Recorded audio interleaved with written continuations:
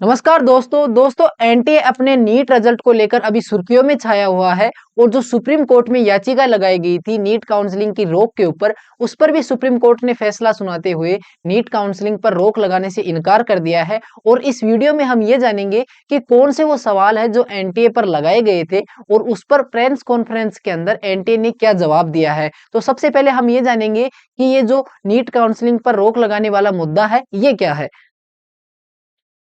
तो supreme court ने मंगलवार यानी आज नीट काउंसलिंग की रोक के ऊपर इनकार कर दिया है। और ये जो याचिका है ये एक स्टूडेंट शिवांगी मिश्रा और 9 अन्य स्टूडेंट्स ने रिजल्ट की घोषणा से पहले ही 1 जून को दायर कर दी थी। और इसमें बिहार और राजस्थान के एग्जाम सेंटर पर गलत क्वेश्चन पेपर बंटने के चलते हुई गड़बड़ी की शिकायत की गई थी और परीक्षा रद्द पर एसआईटी जांच की मांग की गई थी। और इसकी जो अगली सुनवाई होगी वो 8 जुलाई को होगी। दोस्तों अब बारी आती है कि कौन से वो सवाल हैं या कौन से वो आरोप हैं जो एनटीए पर लगाए गए थे और उसके क्लेरिफिकेशन के अंदर एनटीए ने प्रेस कॉन्फ्रेंस में क्या जवाब दिए हैं। जिसमें पहला सवाल ये है कि जो 67 कैंडिडेट्स हैं जिनको एयर 1 मिली है वो कैसे मिली। तो इस पर एनटीए ने क्लेरिफिकेशन दिया कि जो 67 स्टूडेंट्स हैं उनको 72 मार्क्स मिले हैं, उन सभी को टॉपर नहीं माना जाएगा। 67 में से 44 स्टूडेंट्स को आंसर की में बदलाव होने की वजह से बोनस मार्क्स मिले हैं। इस वजह से इन स्टूडेंट्स ने परफेक्ट स्कोर किया है। अगला जो सवाल है जो एनटीए पर लगाया गया था कि 44 स्टूडेंट्स को ग्रेस मार्किंग किस आधार पर दिए गए हैं, जिस पर एनटीए ने क्लेरिफिकेशन दिया। एग्जाम में केमिस्ट्री सेक्शन में एक एटम से रिलेटेड सवाल पूछा गया था। आंसर में ऑप्शन 1 सही था, पुरानी एनसीईआरटी किताब के हिसाब से ऑप्शन 3 सही था। और ऑप्शन 3 मार्कशीट करने वालों को बोनस मार्क मिले हैं। मतलब कि जो ऑप्शन 3 है उस पर जो मार्क किया गया है, जिन स्टूडेंट्स ने मार्क किया है उस उनको बोनस मार्क्स मिले हैं। और जो तीसरा सवाल है कि एक ही एग्जाम सेंटर में से 6 बच्चों को एयर 1 यानी रैंक 1 कैसे मिली, जिस पर एनटी ने क्लेरिफिकेशन दिया कि ये केवल एक संयोग है।